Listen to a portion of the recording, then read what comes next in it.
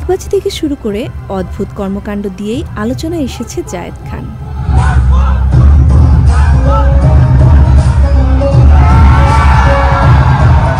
সেই ডিগবাজিতে জায়েদ খানের যেন সৌভাগ্যের দরজা খুলে গেছে। জায়েদ খান এখন তুমুল ব্যস্ত, দেশ বিদেশে শো করে বেড়াচ্ছেন এই অভিনেতা।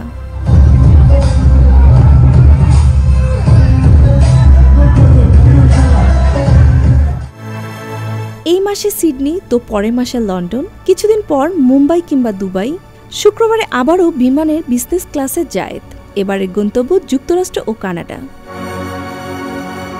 সামাজিক যোগাযোগ মাধ্যমে নিজের কর্মকাণ্ড নিয়মিত তথ্য উপাত্ত দিচ্ছেন অভিনেতা। জানায়, যুক্তরাষ্ট্র ও কানাডায় কয়েকটি শো নিয়ে ব্যস্ত থাকব। দোয়া করবেন যেন সুস্থভাবে দেশে ফিরতে পারি। আপনাদের ভালোবাসা আমার শক্তি। বাংলাদেশ এবং আপনাদের সবাইকে অনেক মিস করব। এত কিছুতেই যার পর নাই, খুশির সময়ে আলোচিত এই অভিনেতা। সংবাদ মাধ্যমে অভিনেতা বলেন, আমি ভাগ্যবান, এত সুখের জীবন পেয়েছি। আমার সঙ্গে বাবার দোয়া সবসময় ছিল। আমি সহজ সরল, আমার সরলতায় মুগ্ধ হয়ে মানুষ আমাকে এত ভালোবাসে। আমি সেই ভালোবাসাকেই শ্রদ্ধা জানাই। মাঝে মাঝে ভাবি, মানুষের এত ভালোবাসা পাওয়ার যোগ্য আমি নই। বিদেশে মানুষের ভালোবাসার টানে ছুটে যায় তিনি।